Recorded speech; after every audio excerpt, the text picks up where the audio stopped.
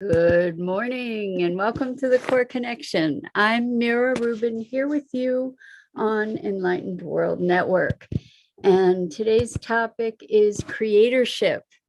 But before we get started, let's take a minute or two to get present. Actually, I'm just checking. Yeah, it's happening. I was just checking to make sure it was happening on Facebook. So welcome, welcome, welcome. Let's take a minute to get present. Let's take a deep breath in through your nose and hold it. And imagine clean, crisp oxygen flooding your lungs, flowing into your bloodstream, nourishing all your cells, all your organs, and bringing vital life energy to your body and being. And as you exhale, exhale any tension, stress, negativity, fatigue. And let's take another deep breath in through your nose and hold it. This time, imagine brilliant bright light lighting you up from the inside out, illuminating, electrifying, and energizing all your molecules, all your electrons, all your cells, and bringing this brilliant beam of light from your heart out into the world. And as you exhale, exhale any remaining tension, stress, negativity, fatigue. And now let's just gently press our palms together and softly, softly, softly rub your fingers against your palms to feel the deliciousness of that sensation, the tickling, the tingling, and allow that sensation to bring you present right here, right now, into your remarkable body that is the physical form that enables you to experience life. Welcome, welcome, welcome. Good morning, Dido. We're live and I'm seeing comments. So we spent some devoted time to address technical issues, which clearly have now been resolved. So congratulations, and Dido, thank you so much. And Sue for your commitment and dedication, and Terry Angel for working out all the kinks to get things rolling smoothly. So congratulations and much gratitude to you for all your tireless efforts in the face of all kinds of obstacles. So you are so appreciated to be making this whole thing possible. We don't often get a glimpse into what goes on behind the scenes because people are making it happen for us all the time.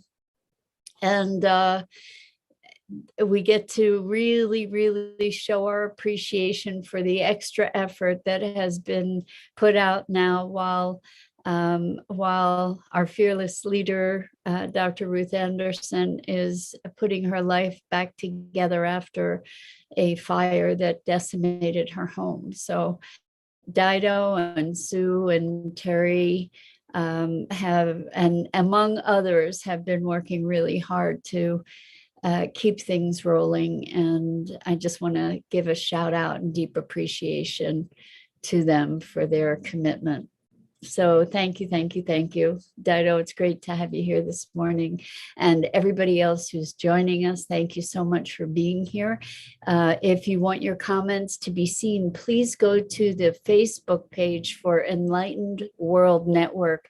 Put your comments in there because that's where this is live streaming. And then I will respond to all the comments that I see. So today's topic is creatorship, because I've been gone for a few days. And the reason that I've been gone is because I had a friend in from out of town who is just one of the most remarkable humans I've ever had the privilege to meet. And he is an eco developer, and the intention of our get together over the past several days was to be visioning the eco park or to be moving forward on the project of the eco park, which is a project that gave me my life's calling in 2017 and has been the incitement for so much of what I've been doing since then. It was the inspiration to start the Sustainability Now podcast, which if you haven't checked it out, you can find it on any platform that you would normally find a podcast, but you can also go to our website at sustainabilitynow.global, and that's .global instead of .com, to check out all the amazing interviews that we've done over the past several years with people from around the world talking about all different kinds of topics that relate to sustainability. So my dear friend Leo was here, and we got to connect with some other awesome people that are going to be part of this Eco Park initiative. And what it got me to thinking is, how do we create something from nothing? And, we were talking about a lot of different things and getting to know each other better.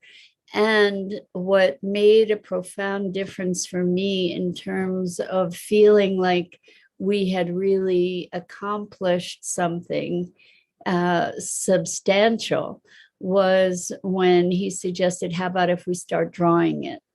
And he started creating a drawing of it. And, it brings to mind the thought of going to the drawing board. And there is some tremendous power, like we had been writing things down, but there's tremendous power in starting to allow yourself to move into that imaginal space.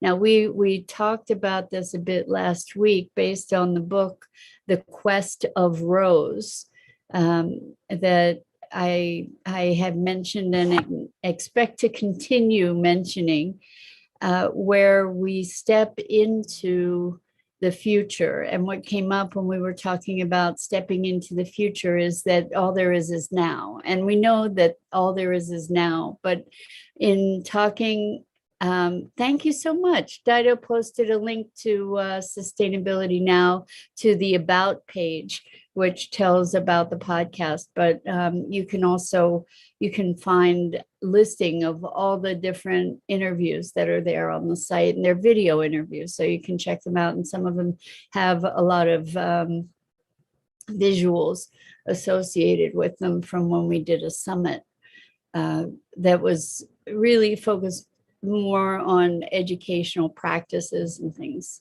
Anyway, let me see if I can backtrack to where I was.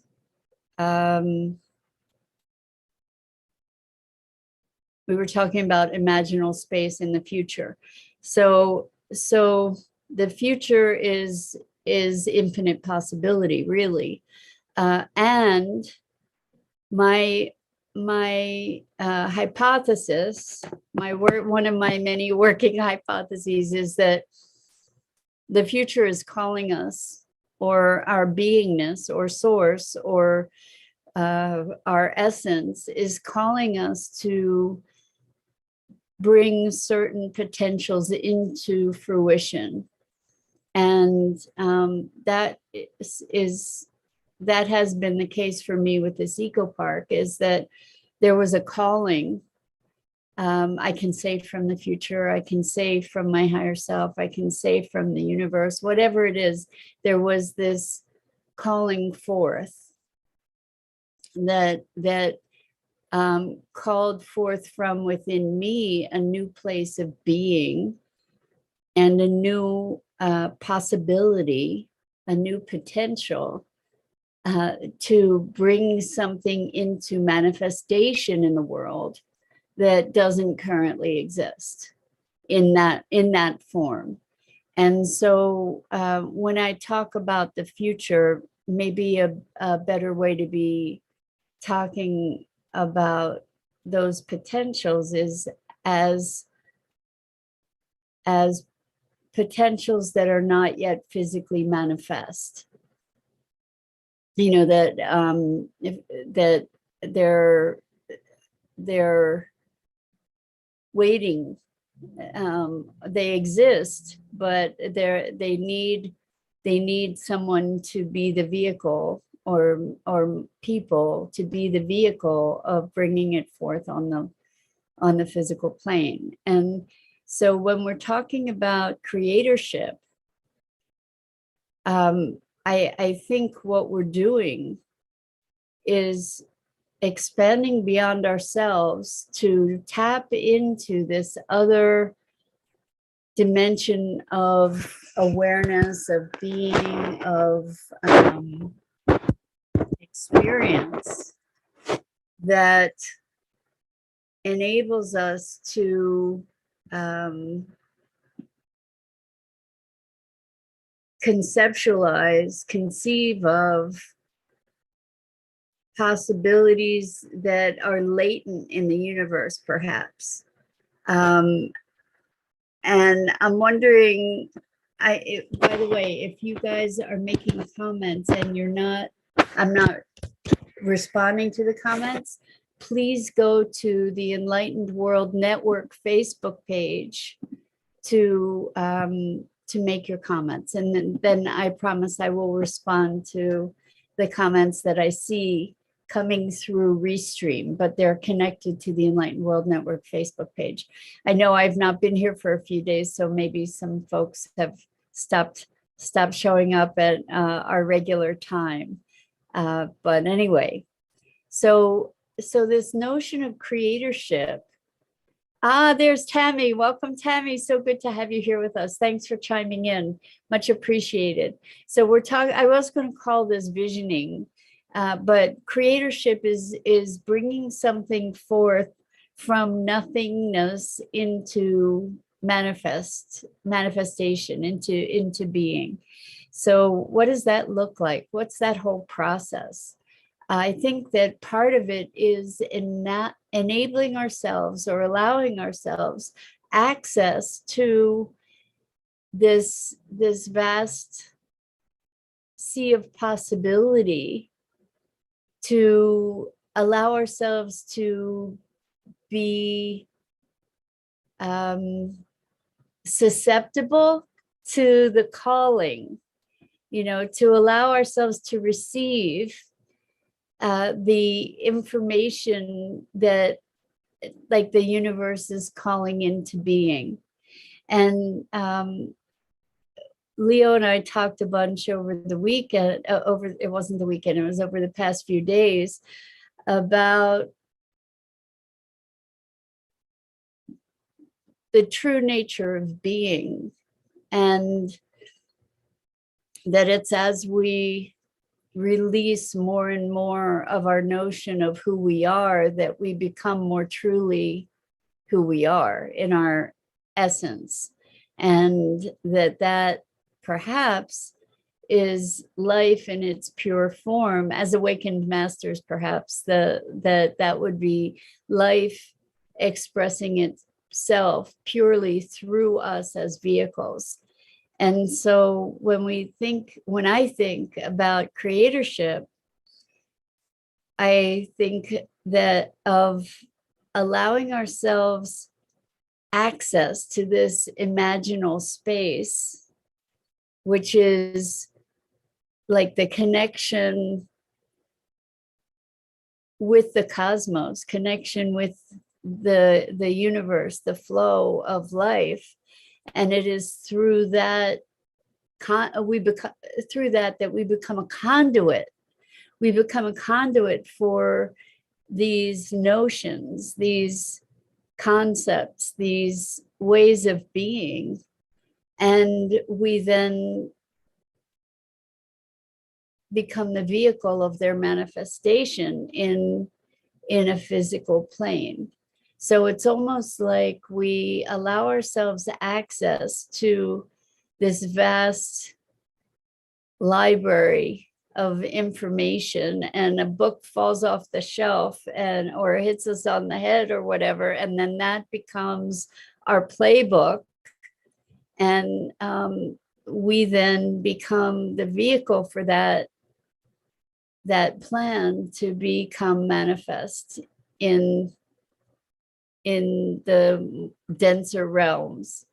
And so creatorship to me, as I'm thinking about it, is connecting with this vision as mission. So I know I've told you this story a bunch of times, but in 2017, I essentially, in a ceremonial fashion, took ownership of this vision of the eco park as my life's mission. And that has been the underlying current ever since. And moving something from that space of vision into the physical is in some way is high magic, right? But and it's what we as human beings do all the time. You know, we imagine having a particular kind of job, or we imagine having a particular kind of future, and then we take actions that support that manifestation. And whatever our plans are, sometimes the universe has other ideas, and we get redirected and we course correct all along the way. But moving from this notion of vision into manifesting, I think, you know, this started 2017. It's already 5 years ago, which is quite remarkable to me, that so much time has passed. And there's a dance that we do with that liminal space, that space between concept and reality, maybe, that space where something is maturing in its energetic signature, perhaps, to a point where it's time for that thing to become manifest. And so my experience is that things are starting to line up now. Things are starting to connect with opportunities. People are showing up. It feels like there's momentum, like this is the time, like the universe is saying, okay, now we get to start making this thing show up in the physical. And here are the building blocks to do that. Here are the opportunities. And that time of gestation, in that in between, is the place where maybe all the things are coming into alignment, and the pieces are positioning themselves to be able to then fall into place. And so one of the things that was so powerful in this process, like for Leo, as he started to draw, he said that he was imagining being in this space, and he's already a developer, so he's done, he's designed all different kinds of properties, but in this circumstance, he was imagining being in this environment, and how much space was between this thing and that thing, and what it felt like to walk through and see the wonders of this place. And he said it was the deepest he had gone into his imagining since he was a kid. And that was so exciting to me to hear. And I think that this is very much how we bring things into being, is by imagining them in an immersive way, where there's the emotion of the experience, where there's the experience of wonder, when there's this sense of rich discovery. So Dido says, I love that it's beginning to really take form. So exciting. It is exciting. It really, truly is exciting. And part of the way that it's taking form is by speaking it. So when we take ownership of a vision, there's a very different presence to that vision when we know it is happening, when we decide this is true, this is happening, the energy of that certainty is very different from the energy of I wish, I hope, I imagine, I would like, versus it's so. And when we're clear that it's so, I don't know whether it's sort of a chicken and egg thing. I don't know if we become clear that it's so when it's ready to be manifest, or if our being clear that it's so is what it takes for it to manifest. I think it's probably like a self-perpetuating magnetic motor, that the one feeds the other, feeds the other, feeds the other. So that could be the case, is that it's a perpetual motion machine. But the thing is that we know when something's done. And so the sense that this is done is much richer and much more solid than it's ever been. And maybe that's part of this recipe, this magic recipe for creatorship, for manifesting something from the ethers, is being in a place of it's done. It's done. And now it's just going through the motions to physicalize it somehow. So I think that this is a really important thing for us to be exploring, to be looking at what is it that it takes to bring something into form. And the truth is that we don't get to bring anything into form before it's time. So as much as I had desired for this to be happening over the past 5 years, it's actually for not even just a bit over 4 years, because it happened in November of 2017. Yeah, so this November it'll be 5 years, but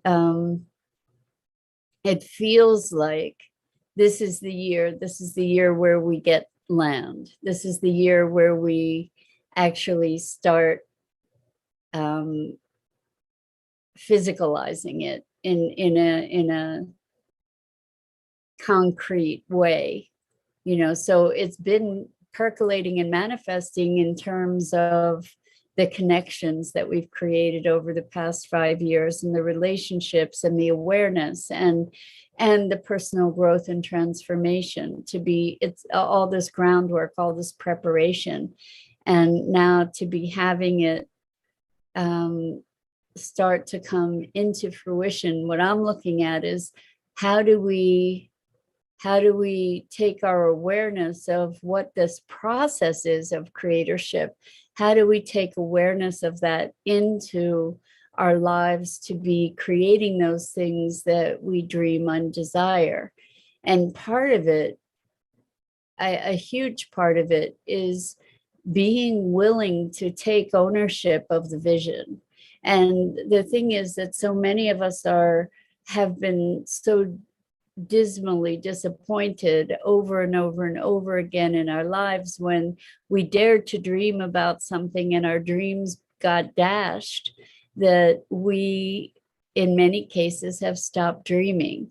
And on the other side, the dreams can be very disruptive. So some of us have elected to ignore the dreams because of the cost, the disruption of our status quo, the uncertainty, the unknown, the dismantling of the existing that would have to take place in order to make way for the possible. And I think actually that we're seeing that on a grand scale in our world right now, where we're seeing the destruction and dismantling of so many of our systems, where there's a lot of upheaval going on and a lot of grandstanding and last stand kinds of posturing to try to keep the status quo, and that is falling away. It's falling away for all of us. And the time, destruction precedes creation, or actually maybe is at the same time too. Like, as it takes the old falling away for the new to emerge, right? There, you have to make room for the new to emerge. And so the process of creation is also a process of letting go, and letting go of the known, of the familiar, of the security, real or imagined, of existing structures, and at least the illusion of predictability, to be stepping into a realm of the unknown, the unpredictable, the unpredictable is the space of possibility, right? Where we can bring forth the previously unimagined even. And maybe we get to harness some of that creative energy by using our imaginations productively. And so this isn't idle, it isn't individuated imagination that I'm talking about when we talk about moving into the future, or being informed from the future, or generating something from nothing. What we're talking about is connecting to this cosmic well of intelligence that is calling for the emergence of new possibilities, new solutions, new opportunities, new technologies. They're all there, they all exist. And by tapping into this space of imagination that goes beyond the bounds of our own minds, but is connecting with this universal intelligence, to be creating an open flow of information with that. That's how inventions happen. That's how art happens. That's how music happens. It's by tapping into, we can call it the future, we can call it consciousness, we can call it the universal intelligence, whatever we call it, it can give us purpose and direction and inspiration. That's where inspiration comes from. That's where these moments of genius come from, is by tapping into this imaginal space of something greater than ourselves. Good morning, Rosalind. Welcome. It's so good to be back with you. We've been talking about creatorship, and what does it look like to bring something out of nothing into being, and what is that process, and what does it require of us? What is the future? Good morning, Andrew. Welcome. So good to have you here with us. We've been talking about creatorship and working with our connection to imagination, but imagination, like in the book The Quest of Rose, they're talking about imaginal spaces, and that this space of imagination is not just our own imaginings, but moving into a more expansive relationship with the knowing of the universe itself, to be listening and receiving information that will be creating the future. So to be being informed by the universe, whether we call it the future or we call it consciousness, whatever we call it, calling us forward into manifesting certain new paradigms, new technologies, new knowing, new information. So there's a wonder and an awe for me. Those are like really, really important experiences that I value very, very highly, is the being state of wonder, the being state of being in awe, to combined with curiosity. And there's through that state, I think that that's kind of a gateway into this imaginal co-creative space, co-creative with the universe, to then receive this inspiration. And from that, we gain clarity and direction and purpose. And, it's somewhat purpose driven, because it becomes a seed within us that has to then grow and express itself, that then starts to flourish and expand. So Rosalind says, I'm not good at designing or interior decorating, but I found spending time in my future wellness room, I'm able to imagine what to do next. Exactly. So you nailed it, Rosalind. What I'm talking about is connecting through this cosmic portal to the space as it wants to be in the future. It's informing us. And I'm using the word future, even though there's only now, we all know this, but I'm using the word future as a way to characterize what is not yet manifest. So exactly. So that room, that wellness room for you, Rosalind, is calling you forth into creating it as it is calling you to make it be. Like it's already existing, and you're being informed from its essential beingness. It's calling you into creating it as it wants to be somehow. So like that's what I'm talking about when I'm addressing imagination. It's not an imagination that's bound by our own constraints. It's an imagination that's tapping into the greater wisdom of the cosmos that then can inform us as to how things can unfold. So as I think about, to bring it back around full circle to the eco park, I have some ideas about the way I want this thing to be, or the way that this thing is presenting itself to me.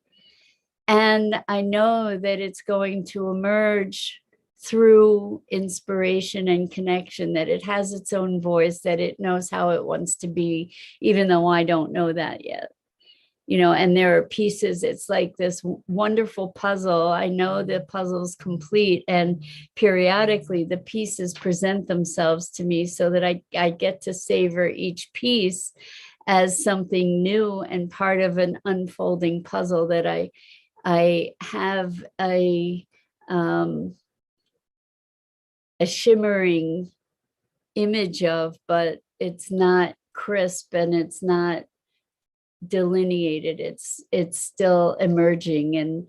And I think that that's part of creatorship, is that it is a collaboration between ourselves, our own imaginings and our openness and allowing.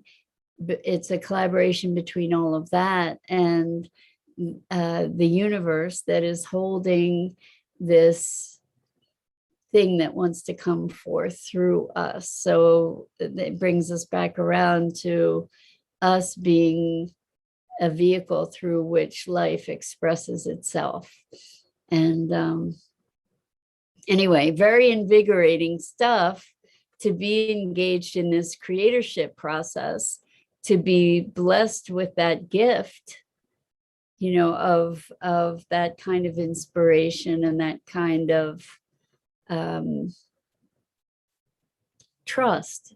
You know, it's like being entrusted. When we open ourselves and we allow ourselves, we are being entrusted with a gift that we then get to bring forth into the world. So Rosalind says, so far there's a massage chair in the corner of the room, and I recently added an altar with a bunch of crystals and gems and tuning forks. Now I'm seeing where people would sit or where their focus would be drawn to in the room. Isn't it fun? It's like, well,